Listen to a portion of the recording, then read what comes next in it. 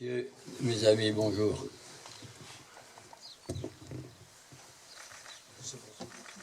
Mon modeste témoignage pour vous apporter des précisions quant aux relations qui existèrent apparemment entre nos amis sénégalais et leurs geôliers.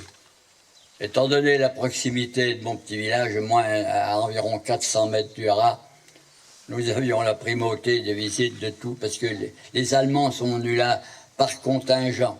À chaque fois qu'il arrivait un contingent, étant donné, je vous dis, la proximité, ils nous rendaient visite, ils défilaient là. Et quand les Sénégalais ont été arrivés ici, souvent, une fois ou deux dans la semaine, avec les deux Allemands, les Allemands, c'est comme tous les soldats du monde, hein, mais ils étaient, comme on dit dans notre patois, gourmands comme des achasses. Dès qu'ils avaient quelqu'un, qu'ils n'avaient personne plutôt sur le dos, eh ben, ils battaient la campagne pour chercher quelque chose de bon à manger. D'autant plus que je pense que l'oncle Adolphe les avait pas trop gâtés auparavant. Donc, c'était du lait principalement, et des œufs. Ah, des œufs, madame, les poules auraient pu pondre 4 fois par jour. Hein.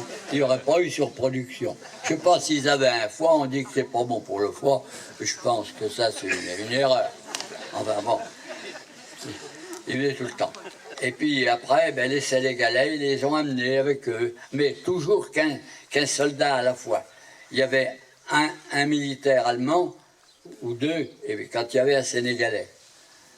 Et apparemment, ils vivaient en bonne compagnie. Je vais vous raconter une petite anecdote. Dans mon village, j'avais une vieille tante là qui avait quelques chèvres et qui faisait évidemment des fromages, des délicieux fromages d'ailleurs.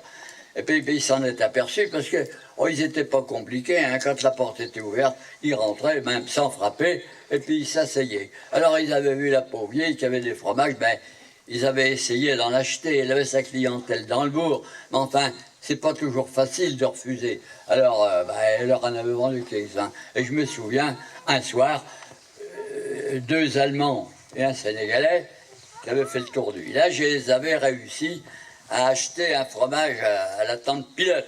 C'est bien nommé d'ailleurs. Oui. Et ils sont remontés à la maison, et en attendant que la traite se finisse, mes parents n'étaient pas là, j'étais seul à la maison, ils se sont assis, donné une chaise à l'Africain, et puis ils ont contemplé le fromage là, délicieux fromage, un fromage carré, affiné comme on fait chez nous sur des magnifiques feuilles de châtaignier, était là. Puis tout d'un coup, celui qui avait dû le payer, il se lève, il fait tomber les feuilles, et puis hop, il en casse un coin, il donne à l'autre soldat allemand, qui se met à le manger, il en casse un autre bout, et il donne aux Sénégalais. Il m'en a offert un bout, moi aussi, que je n'ai pas voulu. Et puis ils ont rendu 2 coups de cuillère à peau, hein, et ils ont rectifié le fromage.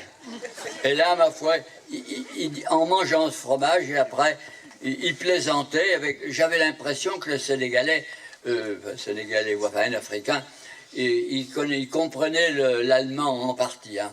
Moi, j'y comprenais rien. Mais enfin, ils ont mangé ça, apparemment en camarade. Hein.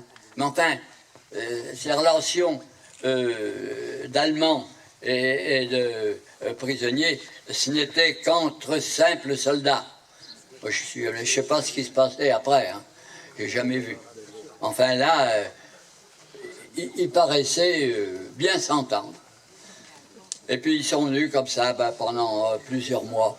Et puis alors après, il y a eu la bataille de Stalingrad, ça se gâtait. Ils étaient plus distants. Après, il y a eu Kursk, la victoire aussi russe. Les visites se sont espacées, alors qu'ils venaient tous les soirs, ils venaient tous les 2 ou 3 soirs. Puis les Sénégalais, de moins en moins.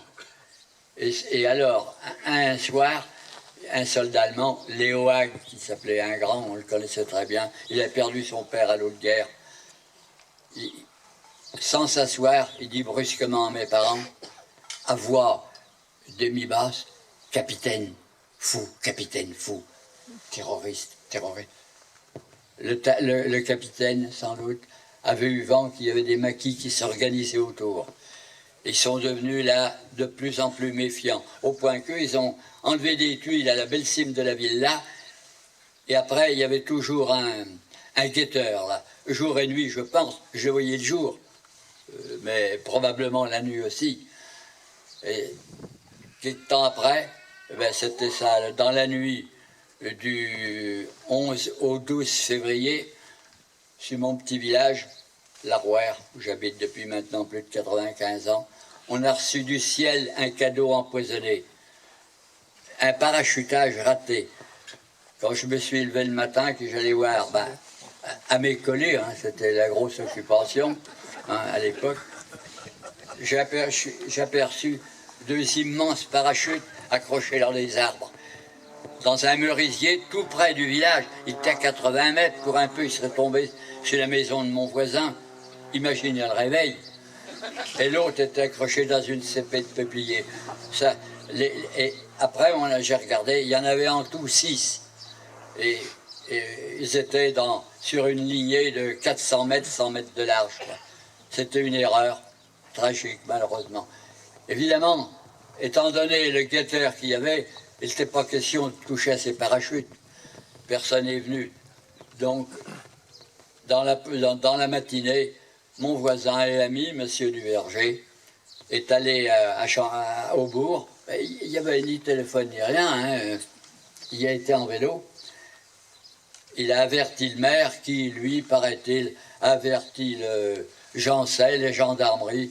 Et puis après, ben, ils sont venus dans l'après-midi, en début d'après-midi, 5 ou 6 Allemands, 2 camions, un officier, vous voyez bien que c'est des officiers, et un interprète. Comme j'étais gamin et puis curieux, ben évidemment, je suis allé voir.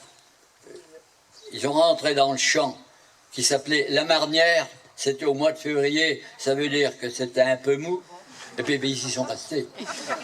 Alors j'étais là à les contempler. Ben, moi ça m'amusait un petit peu même, que vous ne voyez pas.